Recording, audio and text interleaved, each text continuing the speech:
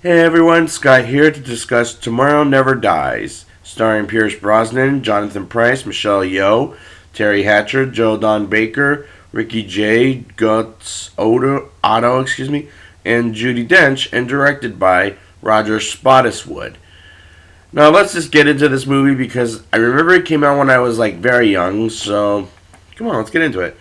We start with the terrorist arms bazaar on the Russian border, where M, returned by Judi Dench, spotting extremely dangerous weapons, and the English government fires a missile, and the MI6 tried to deactivate it, but doesn't get destroyed as James Bond, returned by Pierce Brosnan, tries to get the extremely dangerous plane with the extremely dangerous missile out of the explosion and makes it out alive until a pilot from the back tries to kill James, and the pilot on it is an extreme enemy fighter.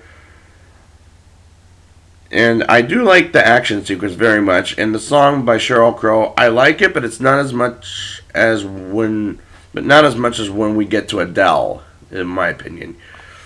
In the Sea of South China, an unauthorized plane goes by a Chinese ship, and a hacker hacks into the Chinese government's computers. Doesn't that sound familiar? Oh well.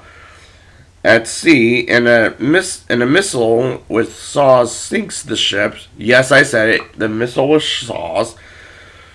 And that was a nice way to kick off the plot as it begins there. James's assignment is to find the person who wants World War III. And where is it? Hamburg. And who is it? Elliot Carver, played by Jonathan Pryce. And James had a relationship with his wife Paris, played by Terry Hatcher, before she was ever married. And how the hell did he do that, even off screen? That didn't make much sense, but I did like Q showing a remote control car to James, as Q finds it difficult to drive, but James drives it better than. And the music theme, which is played repeatedly, by the way, of this scene was magnificent, in my opinion. In the party scene, we meet Wei Lin, played by Michelle Yeoh, as a Bond girl. She's pretty badass. As for Elliot and Paris, I like Jonathan Pryce as an actor, and as he's a chameleon, in my opinion. But Terry Hatcher seems like an actress from either Sex and the City or Desperate Housewives. Maybe she was on that show. I can't remember, but something like that. I do like we find out earlier in the movie Wei Lin is a Chinese spy, to the point that it had me convinced.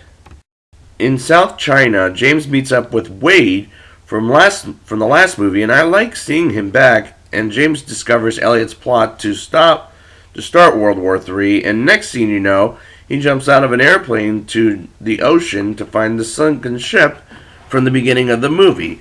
And first finds Waylon in there, and they get the hell out of there until the boat Waylon has borrowed is under attack by Elliot's henchmen and takes them to him. And by him, I'm talking about Elliot.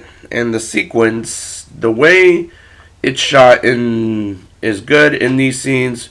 James and Waylon escape to tear Elliot's banner was pretty funny, as they go in one of the floors of the building. And that scene had me cracking up until the action with the motorcycle sequence was pretty badass.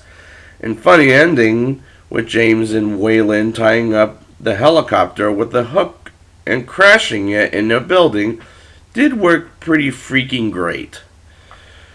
James and Waylon go to the bay to stop World War III from happening between the British and the Chinese, as Waylon gets captured and James wanders around as they send a message for M, and she realizes Elliot is playing both sides for fools, as Elliot has Waylon hostage and blows up something to keep Elliot distracted, and so far it's kind of a cool climax.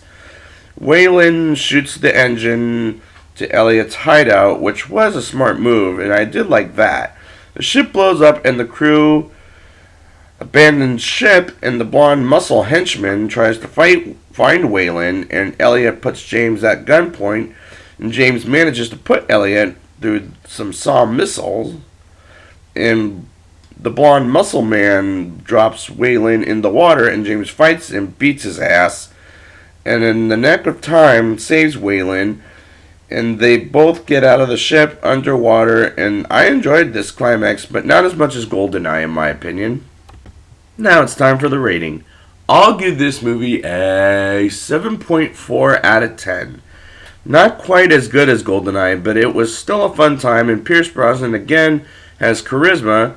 The plot is B-movie fun, and there were times the movie got funny in its action sequences, and they were badass like Michelle Yeoh's character, and I enjoy being around these characters. Not quite as well when I get to the Daniel Craig world.